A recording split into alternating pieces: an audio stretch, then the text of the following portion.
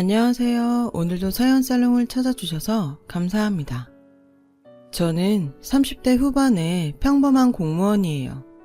부족하지도 풍족하지도 않은 평범한 집안에서 자랐고 성격도 특별히 모난 구석 없이 남들만큼 원만하고 남들만큼 평범한 축에 들었죠.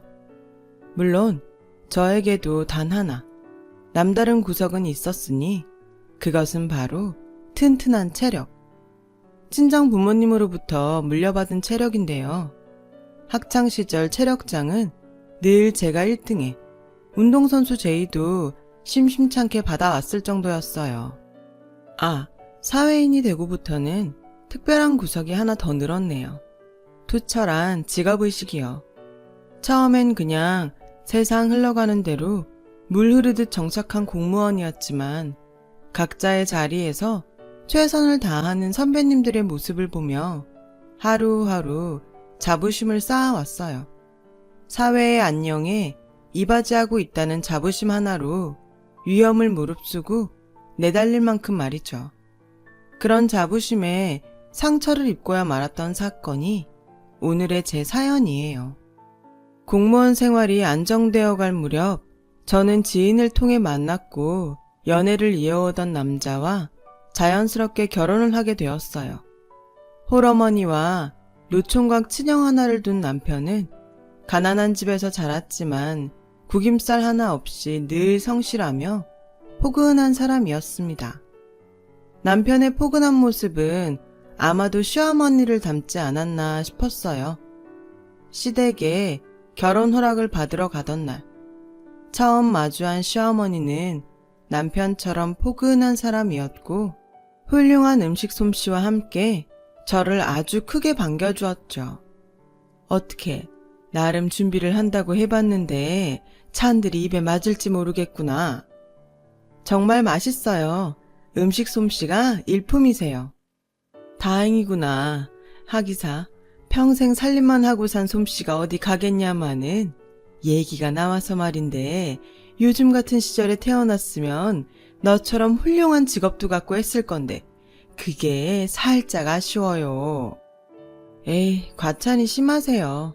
저야 물론 제 직업에 자부심을 갖고 있지만 남들 보기에는 똑같은 공무원인데요 뭐. 공무원이라도 아랫사람 부리듯 막대하는 사람들도 너무 많고요. 그건 그 사람들이 나쁘고 못된 거지. 너 같은 사람들이 이 세상에 얼마나 중요한데. 말씀만으로도 힘이 되네요. 감사합니다. 조금만 더 솔직해지자면야 너도 보아서 알다시피 우리 형편이 영 좋지가 못해요. 집안에 특출난 인물도 하나 없이. 그러니 얼마나 고마운 일이니.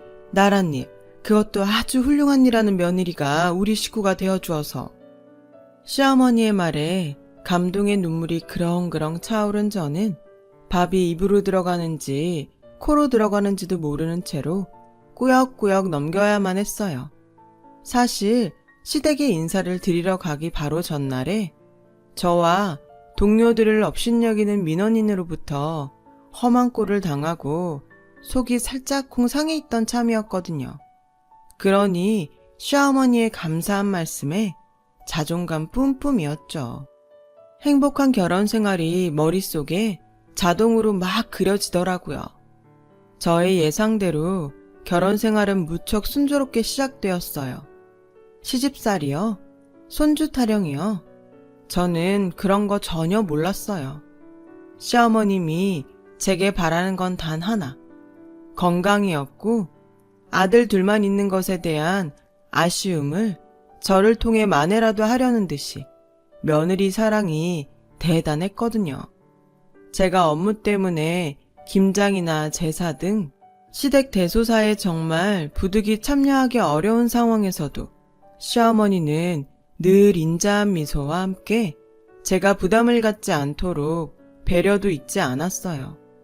저 또한 그런 시어머니를 친정 부모님들이 질투를 느꼈다고 할 만큼 공경하며 잘 모셨어요. 세상 복이란 복은 제가 다 가졌다는 생각이 종종 들기도 했을 만큼 참 화목한 결혼 생활이었어요. 그때까지는요. 행복한 저의 결혼 생활에 먹구름이 드리워지기 시작한 건 노총각 시아주버님의 혼담이 오가기 시작하면서부터였어요. 시형님들 자리는 소위 사자 들어가는 직업이라 불리는 직업 중에서도 손에 꼽히는 회계사였죠. 또한 무척이나 유복한 집안의 외동딸이라고 했어요. 그 이야기를 처음 알게 된 순간 저는 보았어요. 입이 귀에 걸린 미소를 남몰래 숨기는 시어머니의 모습을요. 당시만 해도 저는 큰 걱정은 하지 않았어요. 시어머니의 생활고를 곁에서 지켜보았고 이따금씩 도움도 드려왔던 저에게도 반가운 소식이었거든요. 이젠 같이 해줄 든든한 사람이 하나 생겼다. 그렇게 생각했어요. 그리고 어머님이 큰아들 걱정은 이제 덜하게 되겠다는 생각에 더 반가웠고요. 혼담의 시작으로부터 얼마 지나지 않아 반가운 소식이 연달아 들어왔어요. 하필이면 상견례 날 저는 당직이 있어서 저녁 식사 자리에 참석하지 못했는데요. 사돈들 분들과 인사를 마치고 돌아온 시어머니가 고민인 척 넌지시 이야기를 들려주더라고요. 회계사라더니 보면 볼수록 탐나는 여식이더라. 듣던 대로 무척 잘 사는 집안인 것 같고. 그래요? 잘 됐네요 정말. 이제 큰아들 걱정은 한시름 덜겠어요. 그럼 거꾸로 내가 걱정이지. 어머님이 왜요? 혹시 양가 차이 때문에 걱정하시는 거라면 그러시지 않아도 괜찮아요. 어머님처럼 좋은 시어머니가 세상에 또 어딨다고요. 그게 아니라 있잖니. 이걸 어떻게 말해야 하나? 그쪽 집안에서 결혼 선물을 해준다더라.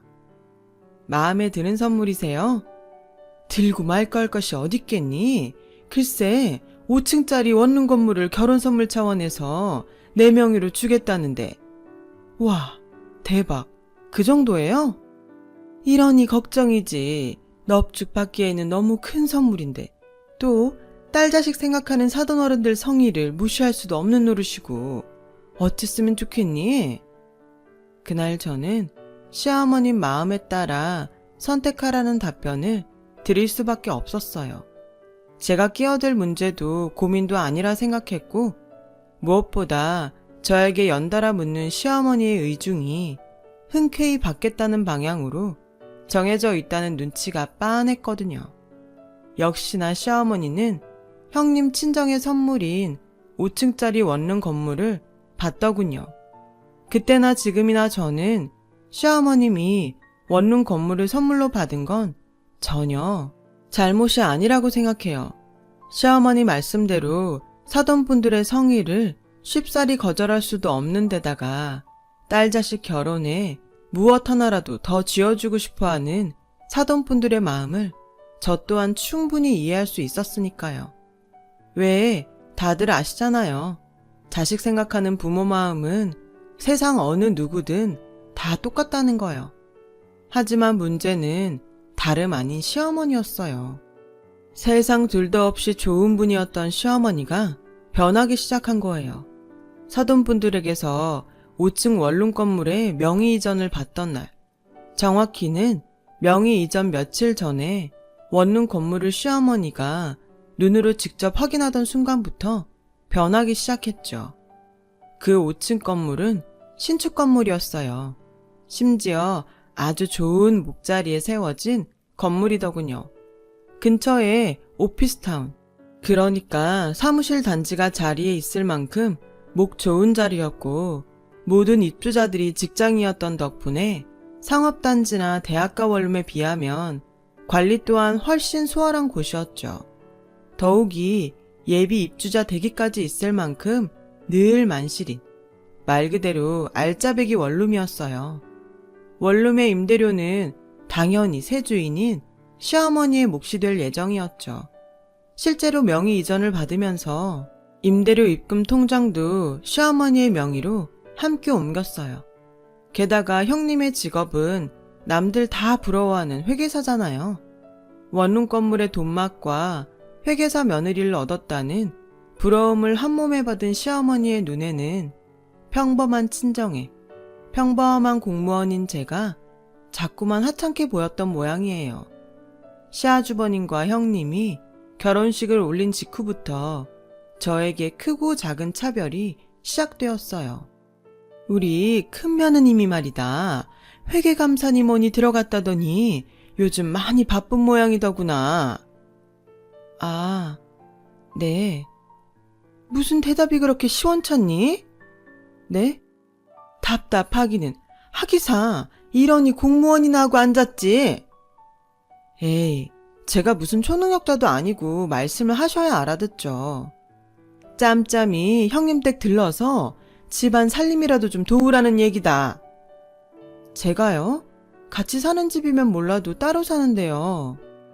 얘가 회계사 일이 좀 바쁘고 좀 어렵겠니? 한 집안 식구 사이에 서로 돕고 살면 좀 좋아? 죄송한데요, 어머님. 솔직히 어머님께서 요즘 저한테 왜 이러는지 진짜 모르겠네요. 저도 요즘 한창 바쁜 계절이라는 거 다 알고 계시면서요. 따지지 말거라. 출퇴근길에 짬짬이 들러서 형님네 살림부터 좀 거들고 다음 주에 제사고 제사 지나면 김장도 해야 하니 정 안 되겠거들랑 휴가라도 써놓거라. 귀한 회계사 며느님더러 음식까지 해놓으랄 순 없잖아. 맞네, 며느리 차별하시는 거. 그쵸? 일단 그렇게 해주는 것으로 알고 이만 가보마. 그래요. 제사, 김장, 저도 한 집안의 식구이니만큼 함께 하자는 시어머니의 말이 기분 나쁘지는 않았어요. 하지만 형님네 살림살이까지 해놓으라는 이야기는 속이 좀 많이 상하더라고요. 시어머니의 생각이 형님과 저를 향한 차별이라는 눈치가 너무 빤하게 보였기에 더더욱 그랬어요. 제가 그런 눈치를 채거나 말거나 시어머니의 차별은 갈수록 노골적이 되어갔어요. 이 세상 좋은 건 모두 형님 덕분. 시어머니의 모든 사랑 또한 형님 차지였어요. 저요?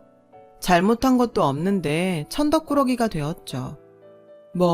이 세상 모든 나쁜 건 다 저 때문이었고 시어머니의 미움 또한 저희 차지가 되어버렸거든요.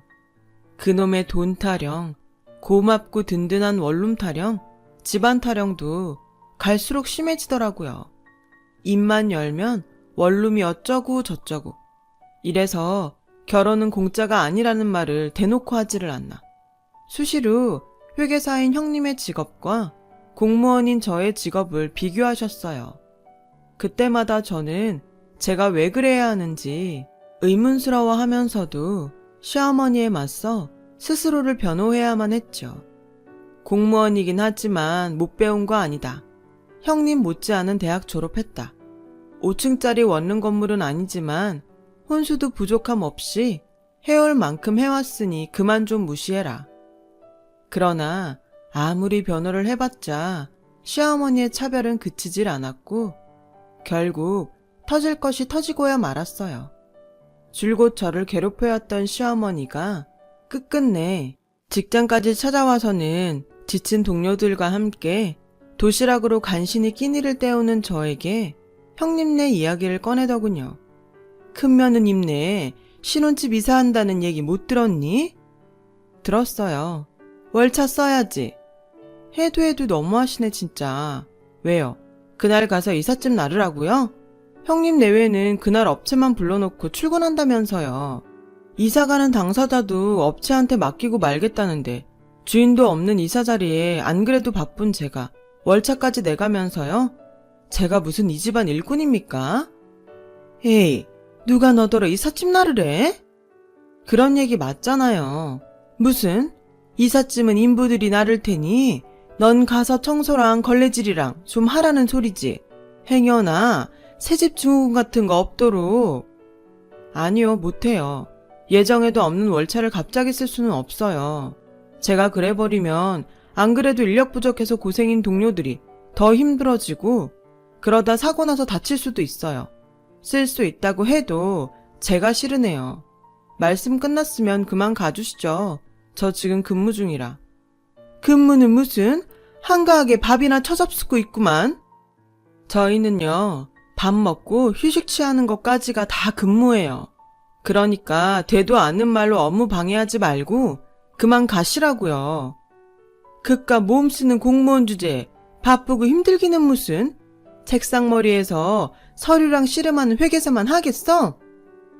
그 순간 식사하던 동료들의 얼굴에 그림자가 드리워졌어요. 온갖 위험을 넘나들면서도 자존감 하나로 버티는 일이 저희 직업인데 시어머니가 그 자존감을 뭉개버린 것이죠. 제가 시어머니를 밖으로 내보내려 하거나 말거나 시어머니는 다 들으라는 듯 큰 소리로 진상을 떨어댔습니다. 왜? 내가 틀린 말이라도 했든? 그만하고 나가라니까요. 다들 듣고 있는 거 안 보여요? 속상해하는 거 안 보이냐고요. 아닌 말로다가 그깟 공무원이 뭐 대단한 직업이라고 사회적으로 대접받는 직업이라면은 우리 큰며느님처럼 사자 들어가는 회계사 정도는 되어야 하는 것이지. 대단한 돈 벌지도 못하는 꼴랑 공무원 주제도 사람이라고 밥이 입으로 넘어가니? 밥이? 결국 그 자리에 있던 모든 동료들은 수저를 내려놓으며 자리를 피해버렸고 그간 애써 참아왔던 저의 자부심에도 금이 가버렸어요. 이런 이야기나 듣자고 제 몸 다쳐가면서 사회와 국민의 안녕을 위해 힘써왔던 건 절대 아니거든요. 대단한 영광까지는 바라지 않았지만 적어도 그런 취급을 받아서는 안 되는 사람들이라고요. 저와 저희 동료들은 참을 수 없었어요. 저희 직업의식과 동료들의 자존감을 지키기 위해서라도 절대로 참아서는 안 되었죠. 그래요. 회계사, 훌륭한 직업이죠. 돈, 원룸, 회계사 시어머니라는 부러운 시선? 당연히 든든하겠죠. 누가 뭐래요? 그게 나쁜 건가? 오히려 나쁜 건 그런 것들을 함부로 못되게 휘두르는 사람이죠, 어머님같이. 뭐? 너 그게 지금 시어머니에게 말하는 태도가 맞다고 보니? 이게 어디서 주제도 모르고? 여기가 어딘 줄이나 알아요? 우리가 어떤 사람들인 줄은 알고 있는 거예요? 끼케야 공무원 나부랭이 뻔하지.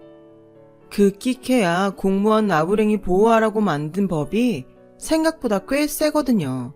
경고하는데 3초 안에 안 나가면 그 법이 얼마나 무서운지 알게 만들어드리죠. 방금 그 말, 영 끊겠다는 말로 들리는구나. 돈에 영혼을 갖다 바쳤어도 말은 똑바로 하셔야죠. 인연은 그쪽에서 먼저 자른 거고 살다가 언젠가 한 번은 우리 같은 사람한테 도움받을 일, 고마워할 일 분명히 생길 거예요. 인연이 어딜 자꾸 기어올라. CM이 쓰러져 죽는 꼴 보고 싶어가지고 아주. 죽는다는 말은 딴 데 가서 하세요. 여긴요. 죽는다 어쩐다 그런 말 함부로 할 수 있는 데가 아니에요. 알아들었으면 검거돼서 끌려가기 전에 본인 발로 곱게 나가주세요. 한때나마 며느리였던 사람이 해주는 마지막 배려니까. 결국 시어머니는 쫓겨나듯 떠났어요. 그 와중에도 체면을 차리는지 코웃음 팍팍 쳐가면서요. 그렇게 저는 시댁과 의절하게 되었습니다. 남편이요? 남편은 진작부터 시댁과 거리를 두자고 얘기해 왔었어요. 그동안 쭉 시어머니의 며느리 차별을 못마땅하게 생각했었고 저와 함께 수시로 맞서주기도 했었고요. 오히려 그날 저와 시어머니의 다툼 이야기를 듣고는 잘했다며 칭찬해 주었죠. 저야 시댁과 의절하면서 다소간의 안정을 찾았지만 시어머니가 동료들에게 떨어댄 진상은 동료들의 마음에 큰 흉터를 남겼고 저는 한동안 그 흉터를 보듬고 다독이느라 부단히 애를 써야만 했어요. 고맙게도 동료들은 금방 괜찮다고 저를 다독였지만요. 사실 저희를 업신여기는 진상들은 종종 만나왔었거든요. 짧은 진통 끝에 비로소 저희는 일상으로 돌아왔고 늘 그래왔듯 사회의 안녕을 위해 최선을 다했어요. 저 또한 긴 소랑 끝에 맞이한 평화들이 무척이나 반가웠죠. 하지만 사고는 언제나 예고 없이 찾아오는 법이잖아요. 끊겼던 저와 시댁의 인연은 의절로부터 몇 년 뒤 갑작스런 사고로 인해 국면 전환을 맞이했어요. 어느 5층짜리 원룸 건물에 대형 화재가 발생했어요. 시어머니의 건물이었어요. 다행히도 그 건물에는 과거 제가 강력하게 주장했었던 덕분에 화재 경보가 잘 준비되어 있었고 원룸 입주자들은 신속하게 대피를 할 수 있었어요. 하지만 단 한 사람은 그렇지 못했더군요. 누가 업어가도 모를 만큼 깊게 잠드는 스타일인 시어머니였어요. 시어머니가 콜록거리며 정신을 차렸을 때는 사방이 거센 불길에 휩싸인 상태였답니다. 꼼짝없이 죽을 위기에 처한 시어머니의 머릿속에 주마등이 한창 흘러가고 있던 그때 어느 소방관 하나가 불사를 헤집으며 나타나더니 자신의 산소 마스크를 시어머니에게 씌워주면서까지 필사적으로 구해내었대요. 덕분에 불상사를 면한 시어머니는 병원에서 태어나기 무섭게 제 앞으로 달려오더군요. 이제 끝이라고 생각했어. 꼼짝없이 죽는 줄로만 알았단다. 죽어가는 와중에도 어찌나 너의 얼굴이 아른거리던지. 저질러 놓은 잘못도 모르고 염치도 없이. 그래서 사과하러 오신 거예요? 아무렴 병원에서 치료받는 내내 죄책감에 괴롭더구나. 그래도 다행이네요. 화상은 없는 것 같아 보여서. 화상 그거 안 겪어본 사람은 몰라요. 얼마나 고통스러운지. 다행은 무슨, 너랑 동료들한테 잘못한 벌조차 제대로 받지도 못한 거지. 이런 며느리 세상 어디 또 있다고 그런 몹쓸 행동들을 했는지. 이제 와서 이런 말을 한다고 해서 너와 동료분들이 나를 용서해 줄지는 모르겠지만 그래도 사과는 꼭 해야겠다. 가만, 너 팔 그거 혹시? 심한 건 아니고요. 살짝 그냥 대인 정도? 이 정도면 연고 몇 번 바르면 끝이죠. 아니, 내 말은 그러니까 너 그날 혹시 나 구하다가? 시어머니의 5층 건물이 큰 화재로 전소되던 바로 그날 화염에 둘러싸여 질식하기 직전까지 몰렸던 시어머니는 자신을 구하기 위해 불 속으로 몸을 내던지는 한 소방관을 만났답니다. 그때 시어머니는 흐릿해지는 의식 속에서 자신을 구하려 사투를 벌이는 소방관이 모습 위로 의절한 며느리인 저의 얼굴을 보았다고 했어요. 시어머니는 그게 꿈인 줄로만 알았다고요. 염라대왕님이 며느리 그리고 소방관들에게 저지른 잘못을 꾸짖는 차원에서 저의 얼굴을 보여주었다고만 생각했대요. 그래서 시어머니는 구출되어 오는 내내 당신의 잘못을 참회했고 만일 삶의 기회가 다시 주어진다면 저와 소방관 동료들에게 사과부터 하리라 다짐했다고 하더군요. 그래서 퇴원하기 무섭게 저부터 찾았던 거고요. 그랬는데 꿈이라고만 생각했었는데 내가 본 기억이 맞았던 거야? 꿈이 아니었어. 그치? 미안해하실 필요 없어요. 저 개인적으로는 나름 훈장이라고 생각해요. 또 한 생명을 죽음의 수렁으로부터 구해낼 수 있게 해주었던 아주 감사한 훈장이요. 어떻게 뛰어들 생각을 했니? 내가 오죽이나 밉고 원망스러웠을 텐데. 그런 나를 구하려다 너까지 죽을 수도 있었을 텐데. 소방관이니까요. 맞아요. 저는 공무원입니다. 소방직 공무원. 흔히 말하기로는 소방관이요. 꺼져가는 생명을 반드시 구해내야 한다는 신념과 직업의식 하나만으로 저를 희생해 가면서까지 온몸을 내던지는 소방관이요. 큰 잘못을 저지른 끝에 의절까지 한 시어머니가 죽음의 문턱 앞에 놓여 있었던 그때에도 저는 다만 한 명의 소방관이었어요. 그런 저의 말을 들은 시어머니는 저를 힘있게 꼭 안아주시더군요. 시어머니는 제가 당신을 구하느라 입은 팔뚝의 작은 화상 자국에 손수 연고를 발라주며 그간의 모든 잘못을 거듭 사과했어요. 큰며느리와 차별했던 잘못부터 소방서에서 저와 소방관들을 업신여기는 말을 쏟아내었던 행동까지 모두를요. 말로만 그치지 않고 동료들을 하나하나 찾아다니며 허리 굽혀 사과를 전하는 시어머니의 진심이 저의 마음을 움직이게 만들었어요. 시어머니를 향한 미움이 점점 사그러들더라고요. 이런 게 가족이구나 싶기도 했고요. 당분간 어디서 지낼 예정이세요? 어디 뭐 여관방이라도 알아봐야지.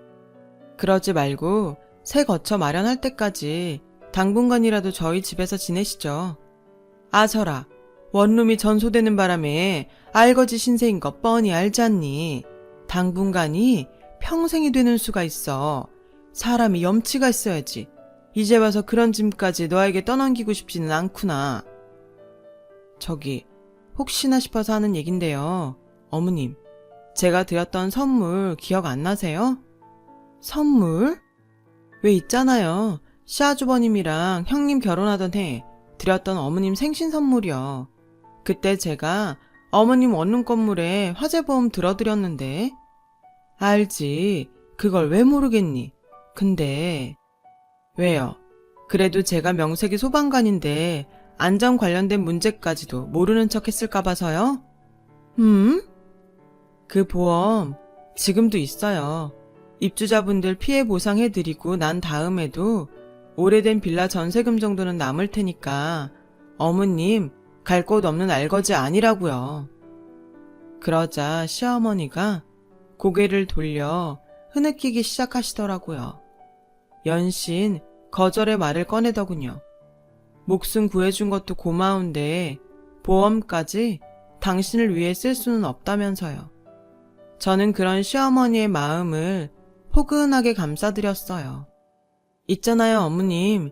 자꾸 거절하시면 제가 밖에서 욕먹고 다녀요. 세상 사람 다 구하는 소방관 며느리가 가족 하나 제대로 못 챙긴다면서요. 그럴 순 없잖아요. 대신 약속 하나만 해주시면 돼요. 앞으로 저와 형님에게 예전 같은 차별은 되풀이하지 않겠다는 약속이요. 전 그거면 충분합니다. 그래, 그러자꾸나. 어떻게 구해준 생명인데 사람답게 살려면 같은 잘못은 되풀이하지 않아야지. 너한테 고맙고 미안해서라도. 소란스러웠던 다툼의 날들과 눈물에 젖은 하루는 비로소 지난 과거의 허물로 저물어 갔어요.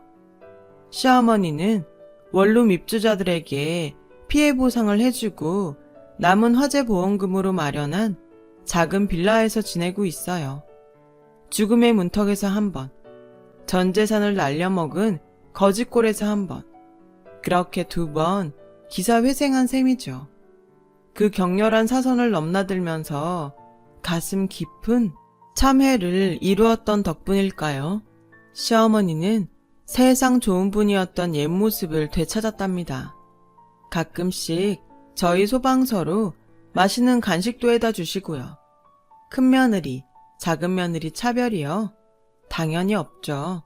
똑같은 사랑을 베풀고 계세요. 그 사랑이 어찌나 대단하던지 수시로 멋쩍은 일까지 생길 지경이에요. 왜냐하면 시어머니는 지금 이 시간에도 친구분들 앞에서 소방관 며느리 칭찬을 입이 닳도록 전하고 있을 테니까요. 여러분 곁에는 자신의 목숨을 담보로 꺼져가는 생명을 구하기 위해 한몸 기꺼이 내던지는 소방관이 늘 함께하고 있습니다. 그러나 저희의 힘만으로는 부족해요. 가끔 소방차나 구급차가 요란한 사이렌을 울리며 달릴 때면 짜증을 내기보다는 옆 차선으로 잠깐 길을 비켜주시는 것이 어떨까요? 여러분의 작은 배려 하나가 소방관들에게는 큰 힘이 됩니다.